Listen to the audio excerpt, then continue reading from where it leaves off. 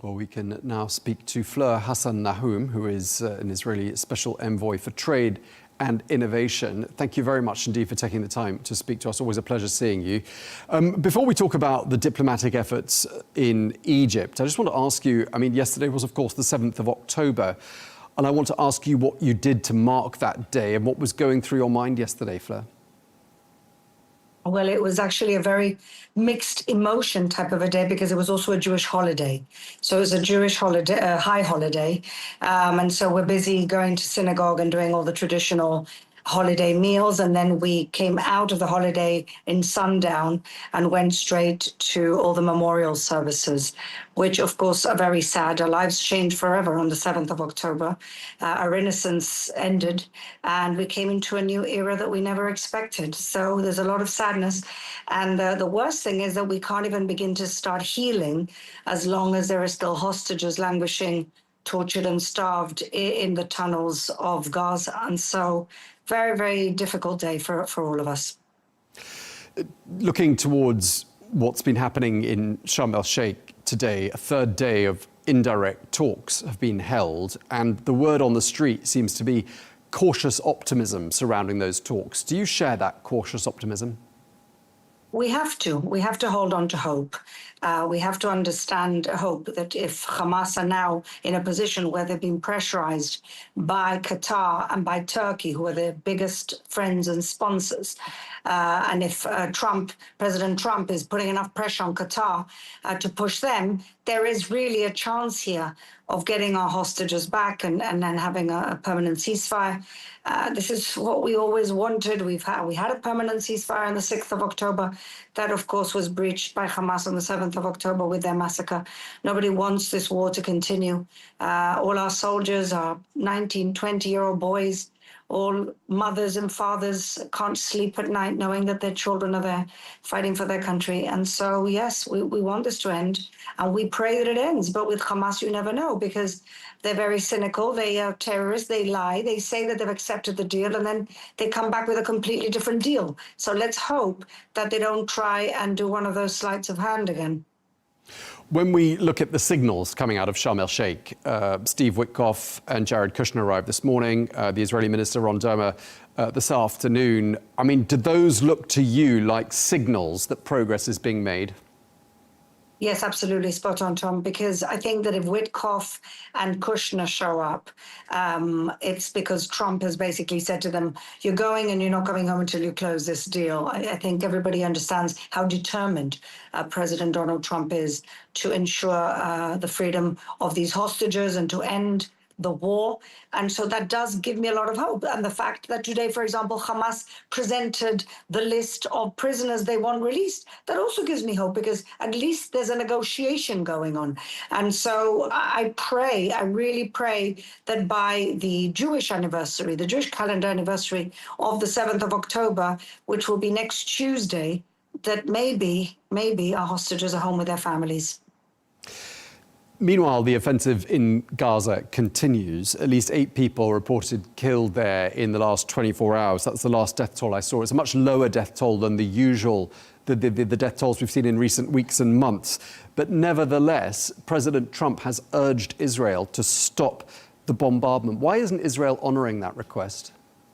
Well, Israel is honoring that request. You said yourself, the casualties are much less. You have to understand that you're in a very difficult urban terrain where terrorists are popping up underground and trying to kill soldiers, trying to kill Gazans. And this is what Israel is facing.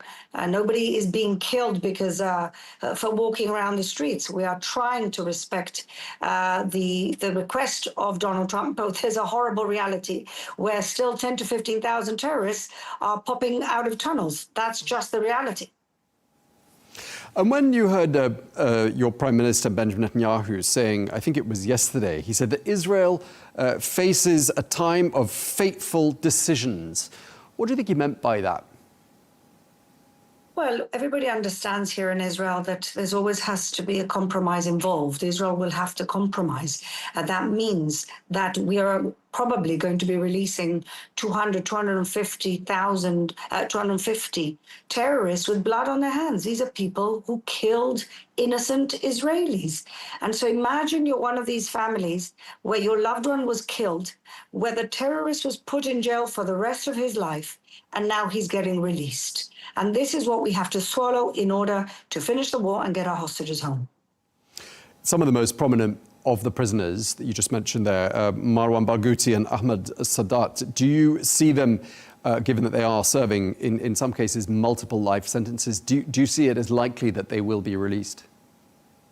I'm not sure about Marwan Barghouti because he's also a symbol of the Second Intifada, which killed thousands of people, Jews and Arabs alike. And as a result of the fact that Israel had the audacity to offer the two-state solution to Arafat. That's why the Second Intifada happened. And so because he's such a symbol of the Second Intifada, which was essentially the answer of Arafat and his gang to the offer of a two-state solution, to the offer of peace, finally, I'm not sure he will be released. And it's interesting that Hamas are asking for his release because he's a Fatah activist, he's a Fatah terrorist, he's not a Hamas terrorist, which is also, of course, a political move on behalf of Hamas. They want to be the heroes of the Palestinian people and they want to undermine Mahmoud Abbas. And so there's a lot of internal struggle going on here. And I'm not sure that it's in Mahmoud Abbas's interest for Marwan Barghouti to be released. So who knows what's going on behind closed doors. What we do know is that Hamas has a chief negotiator there in Sharm el-Sheikh by the name of Khalil al-Hayya, whom Israel tried to kill in Doha last month. He says he's there to have, quote, serious and responsible negotiations. Do you believe him? I'm not sure if I believe him, but what choice do we have? These are the people that are holding our hostages. So what choice do we have but to believe him, or at least the interlocutors that are putting pressure on him? We have no other choice. This is the situation that we're in because 251 innocent hostages were taken on the 7th of October. And that's the situation that we're in. And in Israel, we value life. We celebrate life. And unfortunately, we're dealing with a group that is a death cult, that celebrate death, that look forward to death. And so it's a very uneven conflict in that way because every life for us is so important and they have the opposite priorities. I just want to ask you a couple of quick more questions. I mean, one of the things I read today is that Itamar Ben-Gvir had visited Al-Aqsa. And I just wondered what message you think he was sending out by doing that whilst this dialogue is taking place a few thousand kilometers away. Well, we all know that Ben-Gvir is against any type of negotiations with terrorists. He's not the only person on earth who feels that way. Many countries around the world have an ethos. We will never negotiate with terrorists, and that's what Israel wanted to always do. But unfortunately, we're in a difficult situation where we have no choice. And so Itamar Ben-Gvir is a provocative character here in Israel and likes attention. And I think that's what he was trying to do, get attention. Okay, so you wouldn't agree with his course of action in doing that, which was, you know, it did cause unrest and upset in the Middle East, viewed as a violation of the status quo. Well, it's not a violation of the status quo, and I just want to remind everybody that Israel here sanctifies freedom of worship for everyone except Jews on Temple Mount. We don't let Jews pray on Temple Mount to be sensitive to the Muslim community, something we get absolutely no credit for.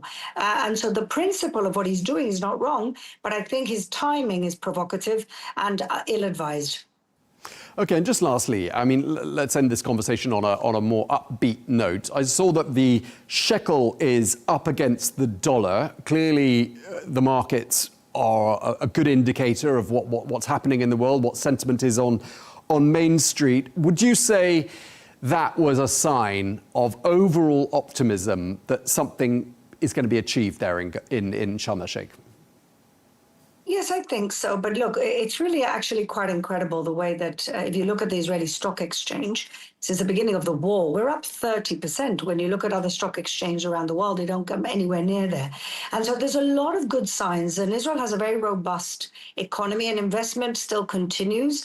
And we're leading in innovation. And sometimes a war is also a good testing ground for all sorts of other technologies. And so overall, the Israeli economy is robust and it will get better. And please God, And that's all we ever want in Israel. We're a productive country. We want to get on with building. We want to get on with developing. We never wanted this war. We've never wanted any war. We've never started any war. And so we hope to get our hostages home. We hope that the people of Gaza get better leaders, leaders that are not solely invested in the destruction of their neighbor and want actually a better future for those people. And maybe this war is a chance to get to the other side of it where the Gazans get better leadership. All right, well, that's where we're going to end our discussion. Thank you very much indeed for your time. Fleur Hassan-Nahoum, thank you again. Thank you, John.